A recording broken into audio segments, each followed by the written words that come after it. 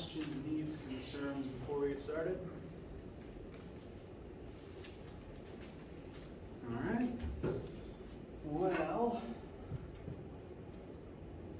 today is Monday, August the 29th, so this is going to be our first full week of learning and doing physics and algebra in this particular class. So we're starting to go over the content that the first homework set will be about. Now the first homework set isn't due soon. I always make it due a little bit after a week after we started. The goal is for you to, as we begin learning about something, you can load it up and look at it and keep checking into it, keep doing things one at a time as we learn it during the week. I need to adjust the due dates a little bit on all the assignments, but typically we'll do about one chapter a week and then one homework a week. So for example, if we were to begin a new chapter today, we'd work on it through the week, and I might make the homework due midnight the week later. The goal being, if you have questions while working on it over the weekend, we have at least one class day where we can talk about them before it's due. So that's usually how things will work. The dates will be a little extended for right now as people are still getting access to WebAssign, but I want to set up that framework. Same with the quizzes, they'll be due at the same time as the homework. The goal being you finish the homework and then take the quiz. Main things to note about this week is that labs will be starting up. So whatever your assigned lab time is, Monday, Tuesday, Wednesday, Thursday, do start reporting to that. I believe we should have lab as normally scheduled for the next couple of weeks. I don't think there's any breaks coming up that would interfere with that. But if there won't be lab for any reason in a given week, I will tell you. I'll make sure you know as far in advance as I know. This week's lab, I mentioned this last week, but just to make sure that you know before you show up, the lab room is 126, which is if you exit the hall exit this room going that way towards Lassiter, it's the last room on the right. It's a lab room with 6 tables in it and lines leading up to the ceiling for the Bunsen burners. So odds are just follow a bunch of people and you'll see them all waiting outside before I let everyone in. What we're going to be doing in lab this particular week is 2 very short things together. One is a very brief, non-graded intro assessment. It's something that the department does in order to collect data on what students know about physics before they start the class or before they really start the class. And then we do the same assessment at the end of the semester to see how people learned, see what they learned, what they retained. So it's just data for the department so that we can understand sort of what the average student understands coming into physics and see if we did a good job teaching it to you by the end. That's all it is. You are given a score for doing it, but you are not graded for content, because the entire point is to see what you know. You're expected to get things wrong. So that's going to be one of the things. It's going to be a very short 30-minute Scantron type thing. The first thing we do when we pop in, just to get it out of the way. Then the second thing we're going to do in lab this week is working together on algebra review. You'll be able to work with your lab table mates, and I'll be helping people from the whiteboard as well, just to kind of dust off the skills that we're going to be using for the class. Some people have already looked ahead at the assignment, which is on the Brightspace page because it's there from a previous time I taught this particular course. But we'll be doing it there together. You don't have to have it done or anything by the time you show up. The point is we do it in there together. And what we're going to be doing in lecture this week is beginning, it's Monday and words are hard. We're going to start this week with 1-dimensional motion and eventually move on to 2-dimensional motion. Any questions, needs, concerns about anything this week before we get started?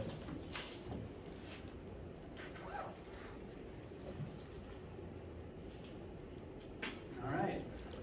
As we're talking, let me know any questions that pop into your head. So, in order to begin studying the universe, we have to start measuring the universe, and distance, velocity, displacement, velocity, and acceleration are three of the easiest things to measure. Basically, where is something and how fast is it moving? We've been measuring these things for a very long time, and since you need to know where something is and how fast it's moving to do most of physics, it's a good place to start. Now, you've dealt with these concepts before in some way, shape, or form, but I want to check if the terms displacement, velocity, and acceleration are unfamiliar to everybody. See if they are unfamiliar to anyone in the room, because you've dealt with concepts like these before, but you might not have used these words to describe them. So do these terms seem unfamiliar to anyone right now? Okay. So these are going to be the first three things that we're sort of measuring and calculating, in addition to time as well. So, as this class goes on, we're going to talk about a lot of different units of measure, a lot of different concepts that we will use in our formulas. As we introduce each of those individual concepts, I'll make sure you understand what it's used for, like a new variable, for example. I'll make sure to go over what it's used for, when it comes up, what the unit we're going to be measuring it is. For example, displacement is the physical length between 2 points. It is measured in meters. It's akin to just the concept of distance, how far apart are 2 points. Velocity refers to the change in displacement over time. The basic formula for velocity is change in displacement over change in time. How far did you move and in what amount of time did you move? We're going to measure that in meters per second, but most people who drive use this concept on a daily basis because velocity can also be measured in miles per hour. It's just a unit of distance over a unit of time. How far did you move in an amount of time?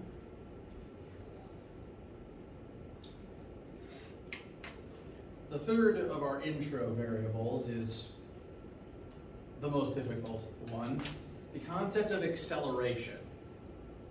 A measure of the rate of change of velocity. This can refer to either speeding up or slowing down. The formula for acceleration, I use a letter A to refer to it. A equals change in velocity over change in time, and we are going to be commonly measuring it in meters per second squared. As a refresher to anyone who hasn't used it in a while, these triangles here, this is the Greek letter delta, and when used in math, it means change in something. I'll put a little note for that in the corner of the board here.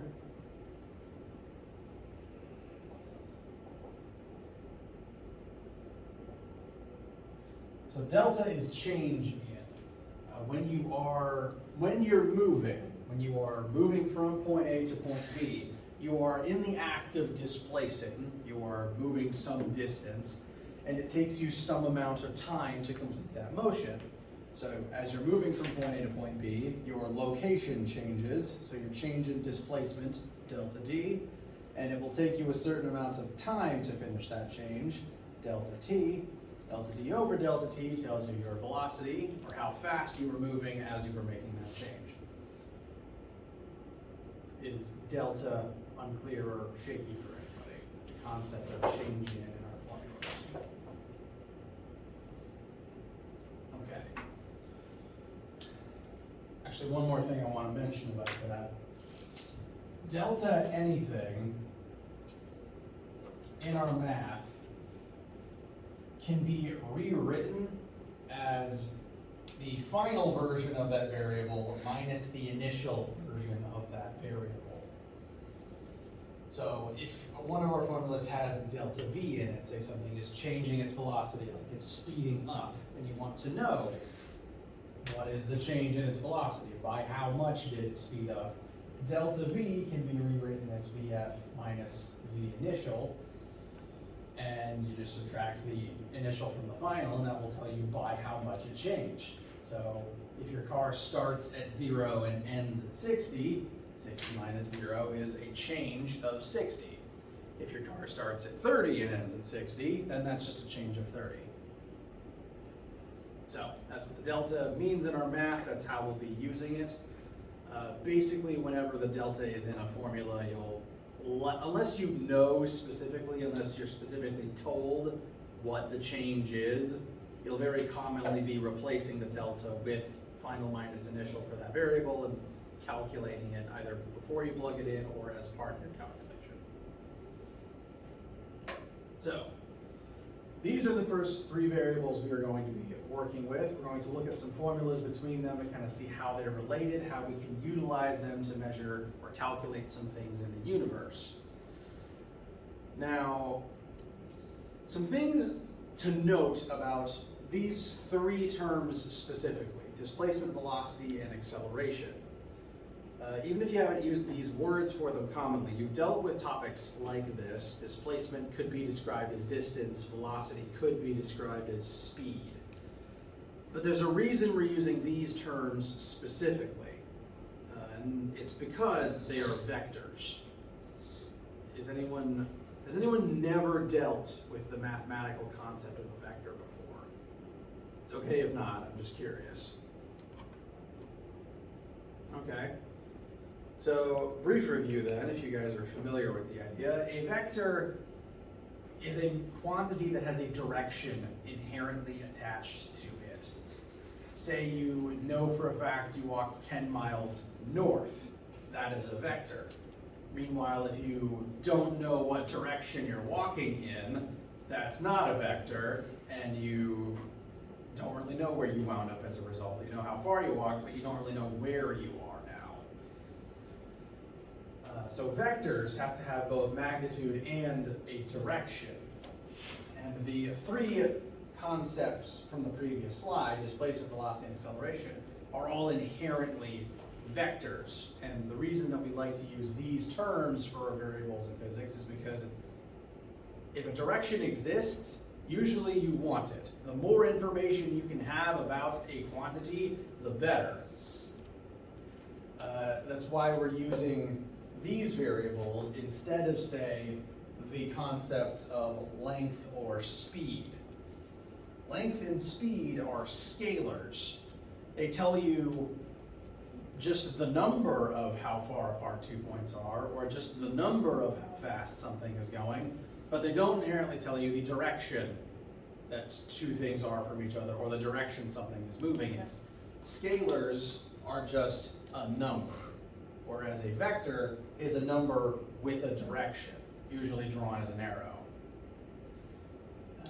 Most teachers are contractually obligated to bring up the reference in Despicable Me 1, where the villain vector reminds the audience that a vector has both a magnitude and a direction. So, I feel most teachers I've had bring that up these days, and I'm one of them. These days. Well, that movie's 10 years old now, something like that.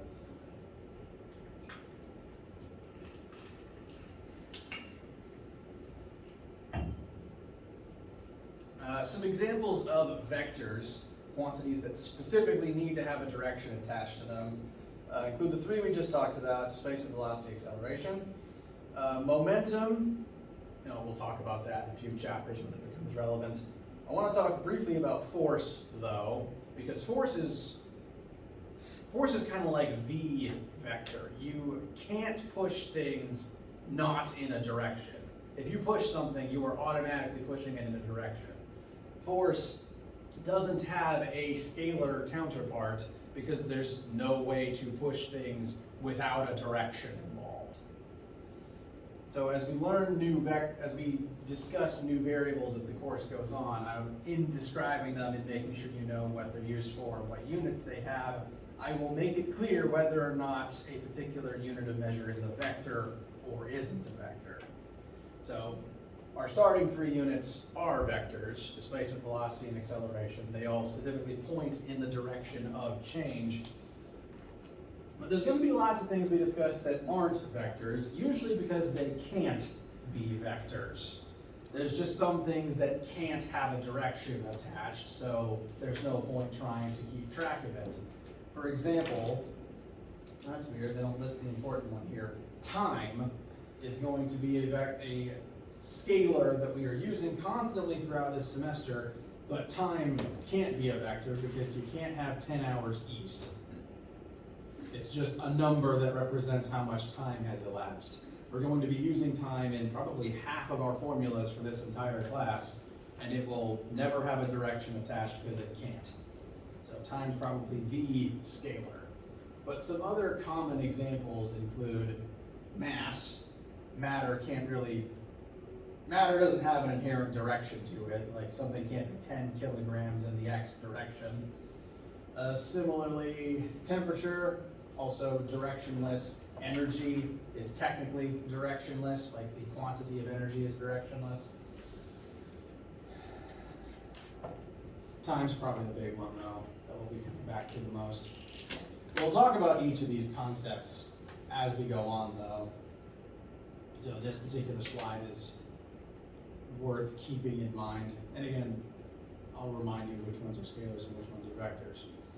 But if you look at your formula sheet, as the semester's going on, this will also tell you whether or not something is a scalar or a vector, although it's a little more subtle about it.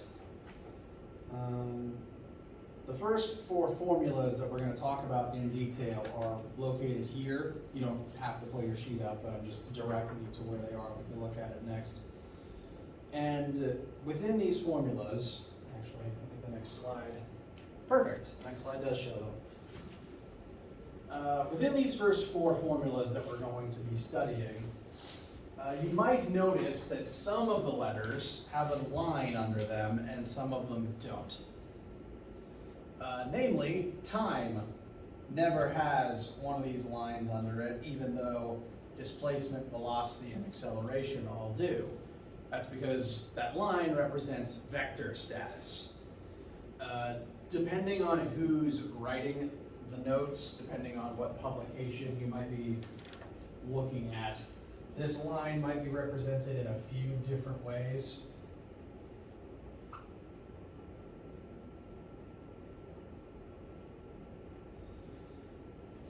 So this is a couple of different ways that I've seen this vector status indicated in a few different textbooks. I tend to like this one because it seems like the most unique. I've never seen this sort of an arrow used on top of a letter before for any other reason. But if you see this flat line under a variable, or this arrow above a variable, or this caret hat specifically on top of a variable, that means it's a vector. That means that it has to have a direction attached. That means you need to be aware of what axis you're working in. Because we're not going to start with this, but as we eventually move on to two-dimensional problems, you'll have to keep your x and y axes separate. For right now, we're starting in one dimension, so it's not going to be super important yet, but if something's a vector, we got to keep the axis it's pointing in mind. Questions thus far?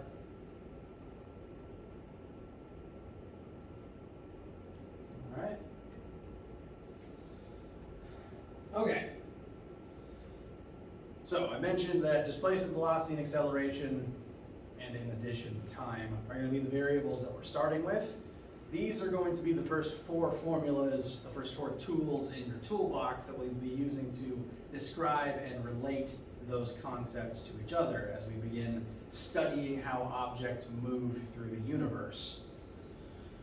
Now, at least two of these formulas should look familiar to you, if for no other reason than they were on the previous slide. This first formula is the definition of velocity. Velocity is defined as change in displacement over change in time.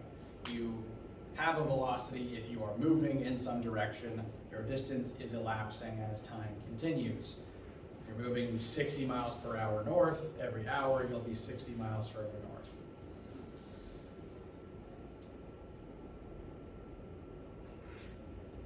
I lose my train of thought mid-sentence, and it's kind of problematic. If I ever just stop talking, that's probably why. Oh. I haven't actually addressed the thing taking up half the page yet. This physics department, for longer than I've been a student here, has been referring to these 4 formulas as the Fantastic Four, because one, they're very important. We're going to be coming back to them constantly all throughout Physics 1500 and even on into 1510 if you take that one too. They're very important. They make up how largely we explain motion in general for any object throughout the entire class. We're going to keep referring back to them. They work as a family together, and so previous professors in this department named them as such to kind of emphasize their importance as a group. And that's why I kept this on the formula sheet. Literally, they've been doing it since before I was a student here, so this has been happening for at least 12 years. So that's why my panel is on page right now. So this is the formula for velocity. This is actually not even just the formula for velocity. This is the definition of velocity. You might have noticed the weird triple equal sign here. Largely, this is not anything you need to worry about. This mathematically is an equal sign. You can treat it as an equal sign. You don't have to change any of your math. What the triple equal sign means, just as it's because it's going to come up a few times. Like if I was to translate this math symbol into words, the translation would be is defined as.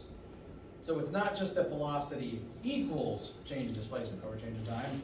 Velocity is defined as change in displacement over change in time. An equal sign implies that two things happen to be equal to each other. This triple definition equal sign means it's no coincidence, this is the definition of the term. So it's actually stronger than an equal sign, but you don't have to treat it any differently in the math. But textbooks will use it, so I wanted to address what it means. Similarly, acceleration is defined as the change in velocity over change in time. Note that if your speed isn't changing, if your velocity isn't changing, then you are not accelerating. If you are moving forwards at a constant velocity, like if you were driving with cruise control on, then you're not accelerating. If velocity remains constant, which mathematically, if you're like staying at 60 miles per hour, your final is 60, your initial is 60, that means that the change in velocity is 0, your velocity is constant, you're not accelerating. Accelerating is specifically, are you speeding up or slowing down, and by how much over what period of time? Now in this particular class, acceleration is a vector, meaning that it does point in a direction. If you're moving forwards and getting faster, you're accelerating forwards. If you are moving forwards but slowing down, like you hit the gas or you took off cruise control and you're just naturally slowing down, you are still technically accelerating, you're just accelerating backwards. Your velocity is beginning to point more in that direction than it originally was. Acceleration is a vector, so it has to have that direction attached. Positive acceleration will usually mean speeding up. Negative acceleration will mean either slowing down or turning around. So the one word accelerating can mean slowing down when you think about it in terms of vector directions. I won't usually use the word decelerating because acceleration technically can also mean slowing down. How do we feel so far? Okay. I'm actually going to jump forward just a little bit. We've talked about two formulas, the two definitions of velocity and acceleration. Let's just get a practice problem for each of them in our notes before we look at the next two formulas, because the next two formulas are arguably more complicated. So, first question, you drive at a constant 55 miles per hour for 23 minutes. How far do you travel in that amount of time?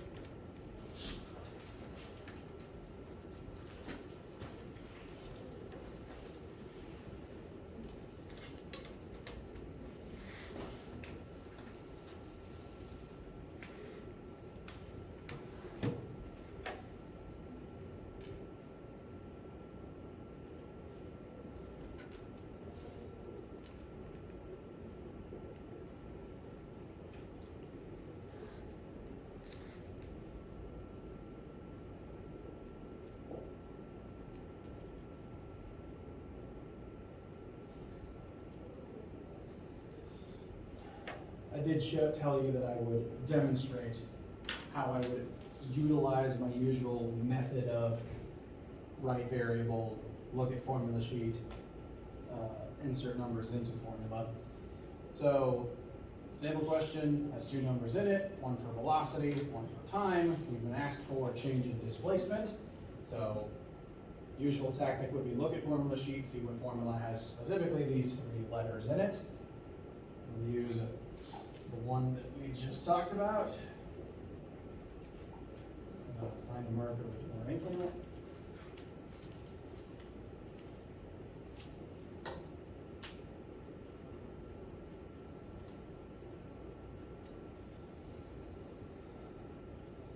So, we know velocity, we know time, we can solve for how far we went.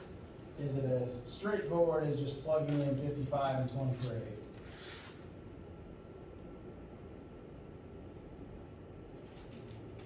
Not quite. Our units don't exactly match. We got 55 miles per hour and 23 minutes. We want that in hours.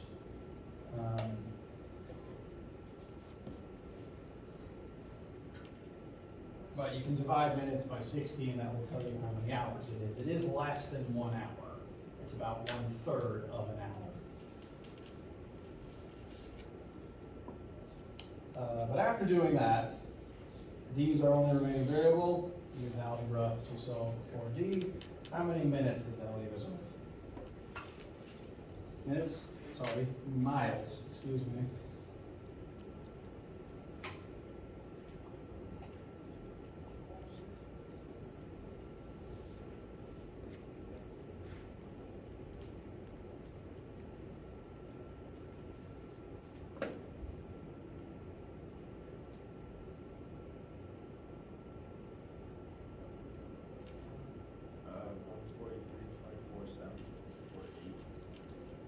Not exactly. Checking something real fast. Okay. I can see where that number came from. I think there's a small order of operations error. And to help mitigate that, I'm going to rewrite this solving for the number of hours and putting that number in here instead. So 23 divided by 60 can be rewritten as 0.383, and then you multiply both sides by 0.383 to get a final answer, which would be smaller than 55, because we haven't been traveling a whole hour yet, so it wouldn't make sense to go more than 55 miles yet. Which should leave us with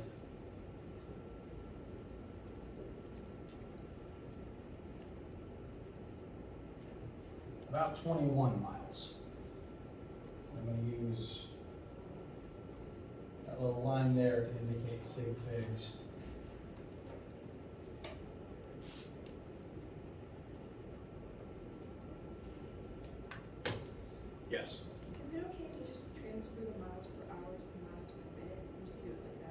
Yes, that would also work.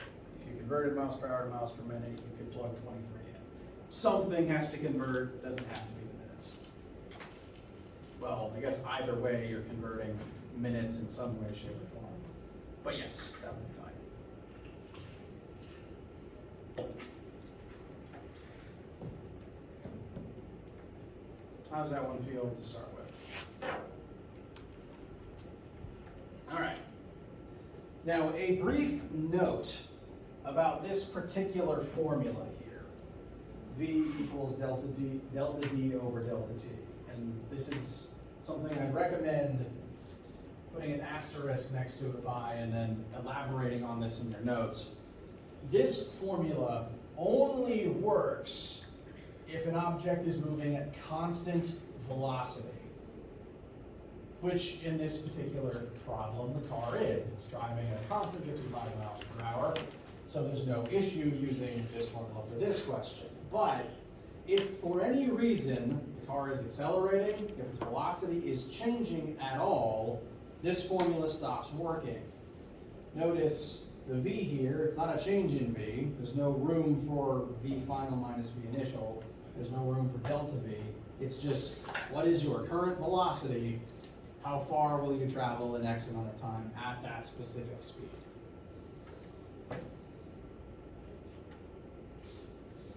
The other three formulas, the fantastic formula that we're talking about, all have acceleration in them. They all are designed to work when you're accelerating. This is the one that doesn't work if you're not. Sorry, this is the only one that doesn't work if you're accelerating. So that's the asterisk to keep on your formula sheet. Other small thing to note, both velocity and displacement are vectors in this situation, and so I didn't actually give a direction in the sample question, but if we were driving north, if our velocity pointed north, our displacement would also point north.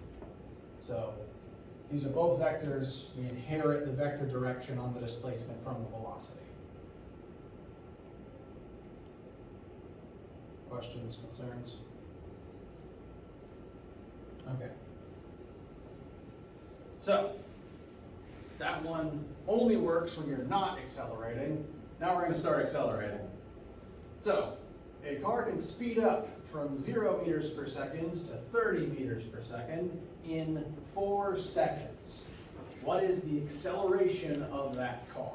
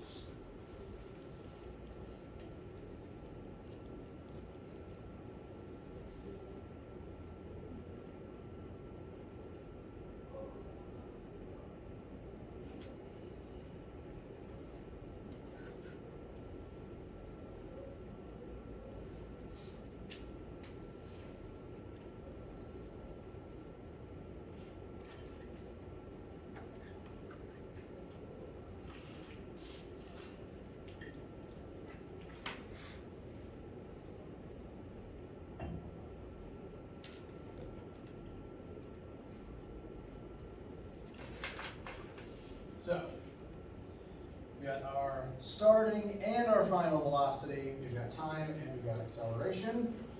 Formula number 2 of the Fantastic Four has all those things in it. As I said earlier, delta anything can be rewritten as that final thing minus the initial thing. So when you're plugging numbers, one, if the formula says delta, you either want to know what the change is or know what the final and initial are. We, in this case, do have both the final and the initial velocity, so we're safe to use this formula and use the delta V in it. I'm going to rewrite it real quick to show what I mean.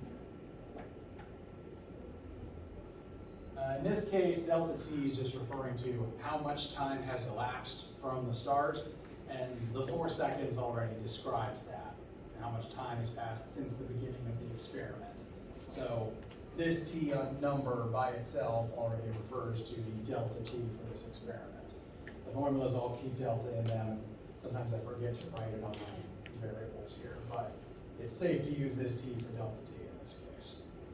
In most cases, that will be fine.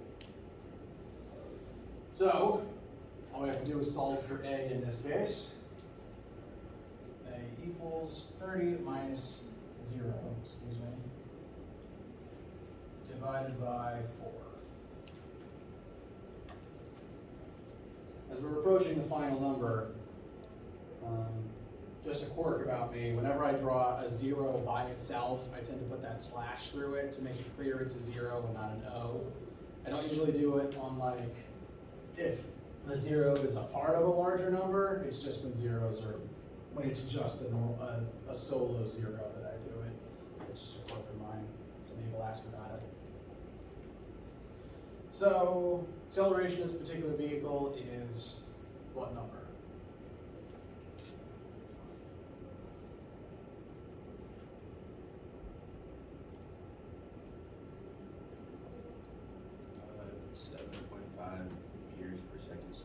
Very good. Gave me the unit before I even asked. So, the unit that we're mostly going to be using for acceleration is meters per second squared.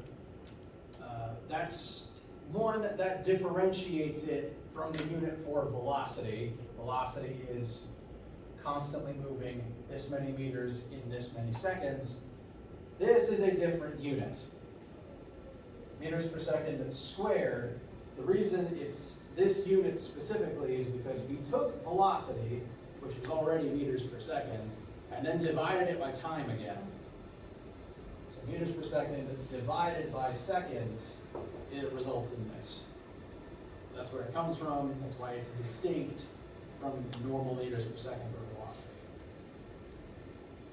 So that is our acceleration for this particular car in this particular case. Whenever a car commercial advertises this vehicle can go 0 to 60 in 2.78 seconds or something like that, they're bragging about acceleration, the rate at which it can speed up and change its speed. So the bigger the change in the smaller amount of time, the more acceleration you undergo, the faster the change comes. A couple of things to note here.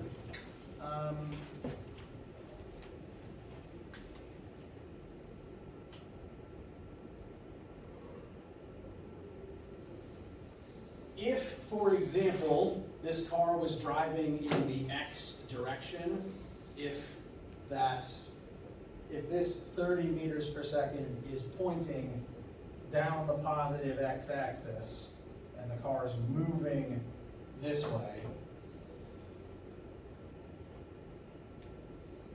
acceleration and velocity are both vectors, and since we plugged in x vectors for our velocity, our acceleration, would inherit that x direction. So we are speeding up in the x-axis. We're becoming even faster in this direction. That's what the direction of the acceleration would represent in this case.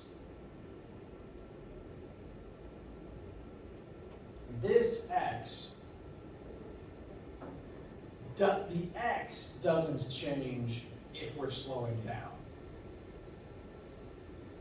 The sign will change, but the x doesn't. So, as a hypothetical, don't erase anything in your notes. I'm going to swap a few things around on the illustration real quick.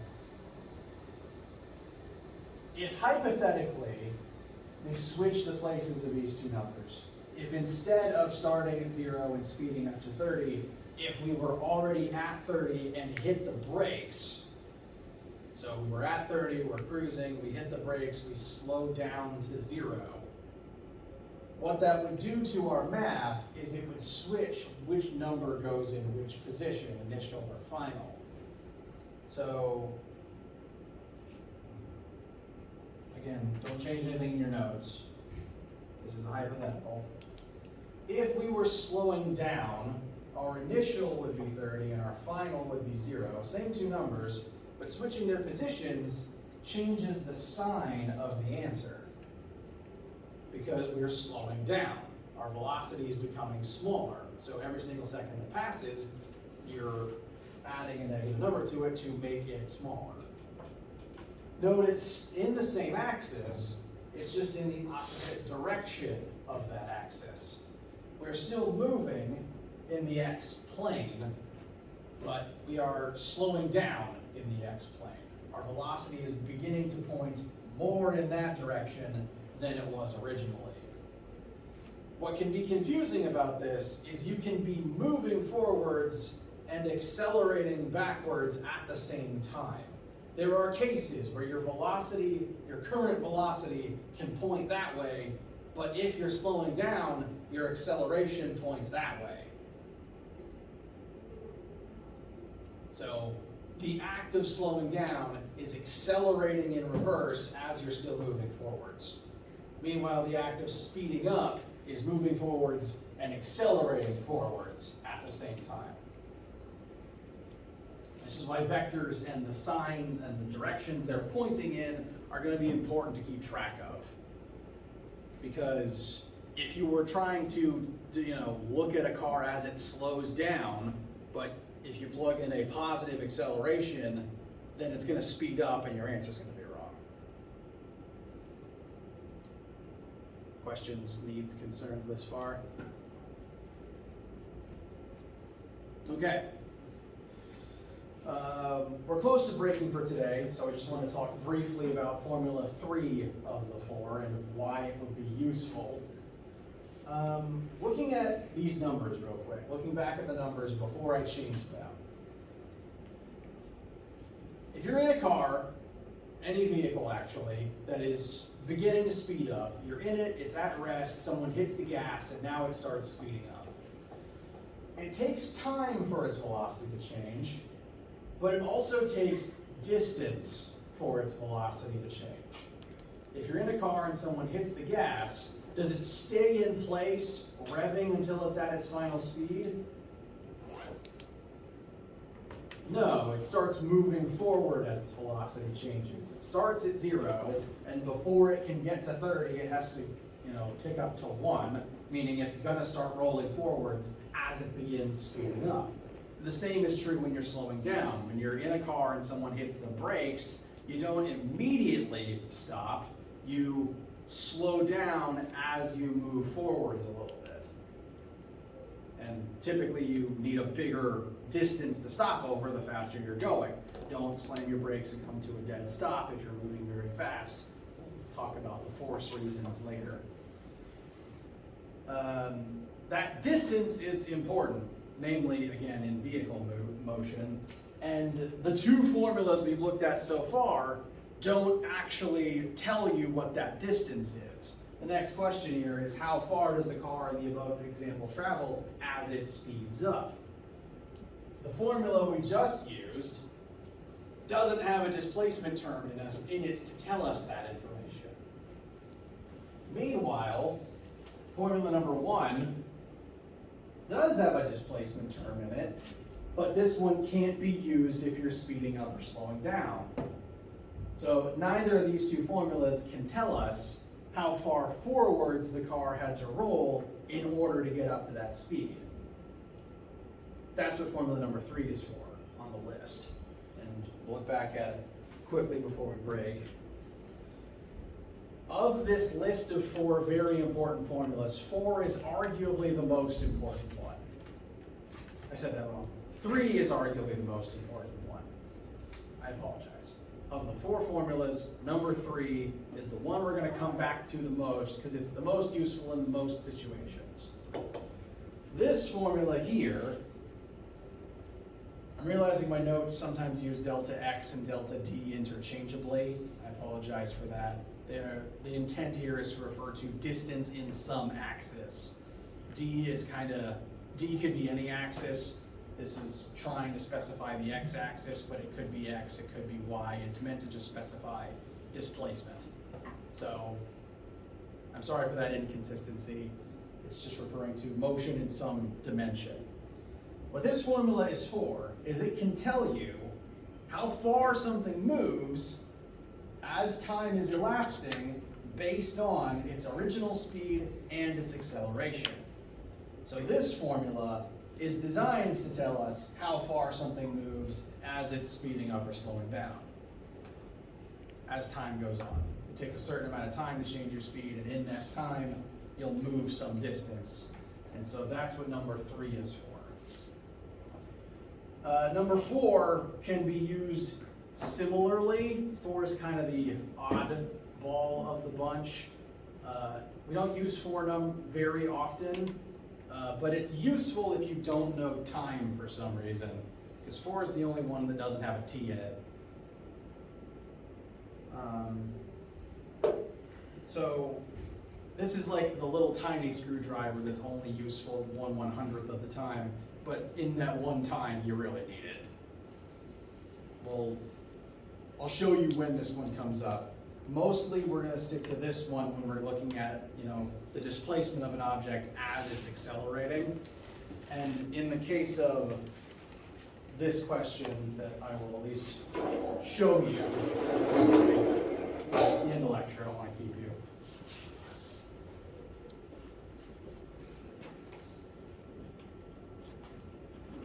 You can start backing up again, I don't want to hold you up.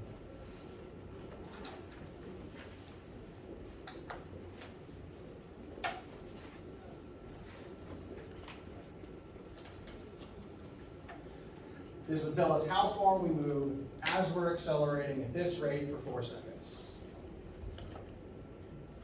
Yes?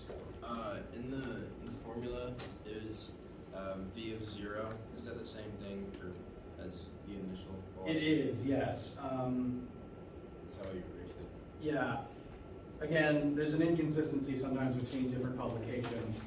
I tend to write VI on, actually no, I oscillate between the two because they mean the same thing in my brain. V subscript 0 and V subscript I both mean original velocity. I is usually short for initial.